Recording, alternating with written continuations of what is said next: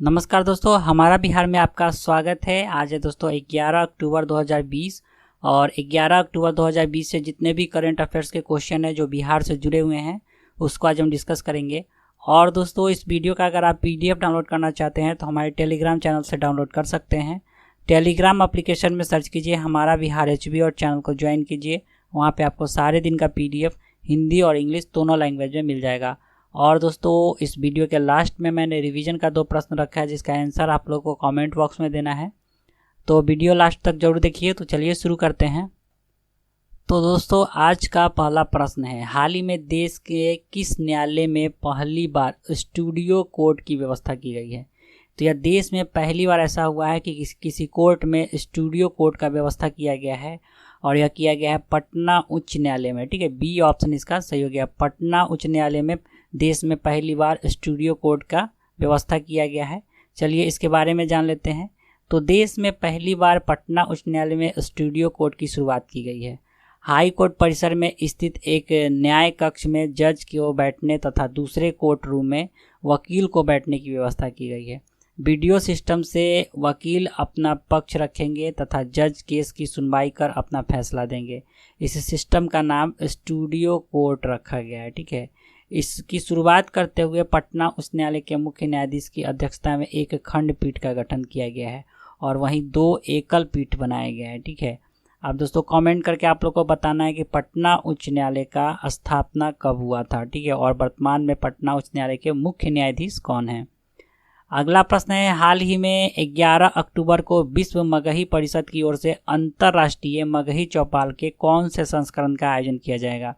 तो 11 अक्टूबर को दोस्तों मगही चौपाल का आयोजन किया जाएगा, अंतर्राष्ट्रीय मगही चौपाल का, और यह जो आयोजन किया जाएगा यह 7वां संस्करण है। ठीक है, ए ऑप्शन इसका सही हो गया।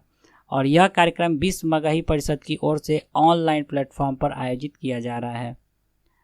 अगला प्रश्न है, पटना के कदम कुआं में स्थित महिला चरखा समिति में चरखा क्लास फिर से शुरू किया जाएगा। तो महिला चरखा समिति का स्थापना कब हुआ था? तो महिला चरखा समिति का स्थापना हुआ था 1940 में। ठीक है, सी ऑप्शन इसका सही हो गया। और इसके पीछे बहुत ही अच्छा इतिहास जुड़ा हुआ है, चलिए इसके बारे में जानते हैं। तो जयप्रकाश नारायण की पत्नी प्रभावती देवी ने गांधी जी के आशीर्वाद से और डॉक्टर राजेंद्र प्रसाद के मार्गदर्शन से 26 जून 1940 को बिहार महिला चरखा क्लास के नाम से इसका स्थापना की थी। ठीक है, 1942 के आंदोलन में चरखा क्लास से जुड़ी महिला ने बढ़ चढ़ कर योगदान दिया। आज़ादी के बाद 1948 में कदम कुआं मोहल्ले में संस्थान के लिए ज़मीन खरीदी गई। ठीक है, और 1951 में प्रथम राष्ट्रपति डॉक्टर राजेंद्र प्रसाद ने नए भवन का उद्घाटन किया। समिति का संचालन मंडल में 1940 से 1946 तक डॉक्टर राजेंद्र प्रसाद बतौर अध्यक्ष रहे। 1974 में जेपी आंदोलन में महिला चरखा समिति संपूर्ण क्रांति का केंद्र बना। 1973 में प्रभावती देवी का निधन हो गया। इसके बाद कुछ साल बाद यह समिति भी बंद हो गया। ठीक है, और 2011 में इसे फिर से चालू किया गया था, लेकिन 2 साल चलने के बाद यह पुनः यह बंद हो गया। अगला प्रश्न है, हाल ही में बिहार कैडर के किस आईएएस अधिकारी को राष्ट्रीय मानवाधिकार आयोग का महासचिव नियुक्त किया गया है? तो राष्ट्रीय मानवाधिकार आयोग का महासचिव नियुक्त किए गए हैं जो कि बिहार कैडर के एक आईएएस अधिकारी है जिनका नाम है विवंधर प्रधान। बी ऑप्शन इसका सही हो गया। और बिहार कैडर के 1987 बैच के आईएएस अधिकारी है विवंधर प्रधान, जो कि वर्तमान में कृषि और किसान कल्याण मंत्रालय के विशेष सचिव और वित्तीय सलाहकार हैं। अगला प्रश्न है, हाल ही में कौन बनेगा करोड़पति के 12वीं सीजन में बिहार के किस व्यक्ति को विशेषज्ञ के रूप में आमंत्रित किया गया है? ठीक है, तो 12वां सीजन चल रहा है अभी केबीसी का कौन बनेगा करोड़पति का, और इसमें दोस्तों विशेषज्ञ के रूप में बिहार के शरद विवेक सागर जी को आमंत्रित किया गया है। सी ऑप्शन इसका सही हो गया। और दोस्तों ये शरद विवेक सागर जो है ये बिहार के प्रसिद्ध हस्ती हैं। ठीक है, इनके बारे में चलिए जानते हैं। तो बिहार के प्रसिद्ध सामाजिक उद्यमी शरद विवेक सागर को कौन बनेगा करोड़पति में विशेषज्ञ के रूप में आमंत्रित किया गया है। 12 और 13 अक्टूबर को प्रसारित होने वाले एपिसोड में शरद एक्सपर्ट के रूप में दिखेंगे। ठीक है, 2016 में शरद सागर को तत्कालिक अमेरिकी राष्ट्रपति बराक ओबामा ने व्हाइट हाउस में आमंत्रित किया था। शरद विवेक सागर डेक्सटेरिटी ग्लोबल के संस्थापक और सीईओ हैं। शरद विवेक सागर को इंग्लैंड की महारानी के द्वारा क्वींस यंग लीडर्स में शामिल किया जा चुका है। फोर्ब्स पत्रिका ने इन्हें विश्व के 30 सबसे प्रभावशाली युवाओं की सूची में शामिल किया है। रॉकफेलर फाउंडेशन ने इन्हें अगली सदी के 100 इनोवेटर्स की सूची में स्थान दिया है। अगला प्रश्न है, हाल ही में बिहार की डॉक्टर रामादास को लोकनायक राष्ट्रीय पुरस्कार 2020 के लिए चुना गया है। तो डॉक्टर रामादास किस कला से संबंधित हैं? तो डॉक्टर रामादास जो हैं दोस्तों ये कथक कलाकार हैं, ठीक है, डी ऑप्शन इसका सही हो गया। और इनको लोकनायक राष्ट्रीय पुरस्कार 2020 के लिए चुना गया है।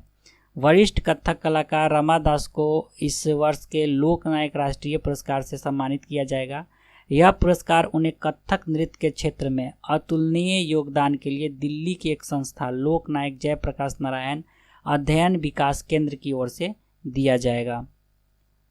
अगला प्रश्न है दोस्तों, कोरोना को देखते हुए चुनाव आयोग ने बिहार चुनाव के दौरान राजनीतिक दलों में प्रचार के लिए दूरदर्शन पर टेलीकास्ट व रेडियो पर ब्रॉडकास्ट का समय कम से कम कितना तय किया है?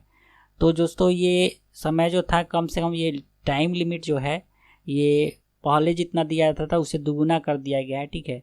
तो अभी जो वर्तमान में यह टाइम लिमिट दिया गया है तो कम से कम यह 90 मिनट है, ठीक है, डी ऑप्शन इसका सही हो गया।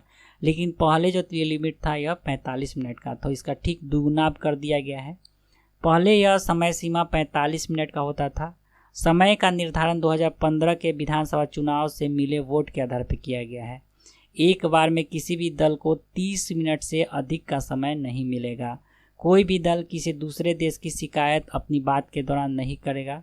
साथ ही देश की एकता और अखंडता तथा धार्मिक समुदाय पर प्रहार नहीं होना चाहिए।